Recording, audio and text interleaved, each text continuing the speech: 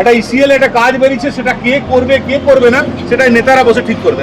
তুমি এটা করবে, তুমি এটা করবে, আগে এত পয়সা দিয়ে যাও, এত পয়সা, কিচ্ছু চলবে না, সব বন্ধ হবে, সব বন্ধ হবে, এগুলো চলতে দেবো না আমরা।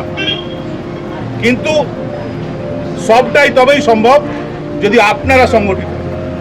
এই যে আজকে আপনারা এত সংখ্যা এসছে, কাল থেকে আপনাদের কাছে ফোন যাবে, তুই ওই মিটিংয়ে গেছিলিস, একদম বলবেন না যে না না আমি তো যাইনি, রাস্তা দিয়ে পেরোচ্ছিলাম, দাঁড়িয়ে গেছে, একদম বলবেন না।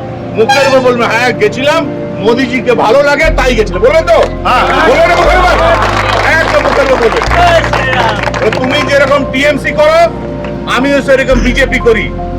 তোমারও মিটিং করার অধিকার আছে, আমারও মিটিং করার অধিকার আছে। আমাদের পার্টির মিটিং ছিল, গেছিলাম, একদম মুখের উপর বলতে।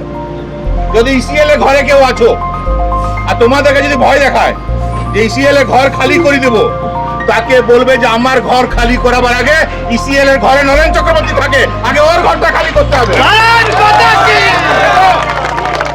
একদম কোন অফিসার যদি আসে, কোন জিএম সিআইএসএফ যেই আসুক, একদম সঙ্গে সঙ্গে বলবেন যে আমার ঘর খালি করাবার আগে আমি খালি করে দেবো, কিন্তু আমার ঘর খালি করাবার আগে এখানকার এমএলএ ইসিএল এর ঘরের উপর কি করে ঘর বানিয়ে বাগান বাড়ি বানিয়ে আছে, ওর ঘরটা আগে খালি করো, তারপর আমি ঘর খালি করবো।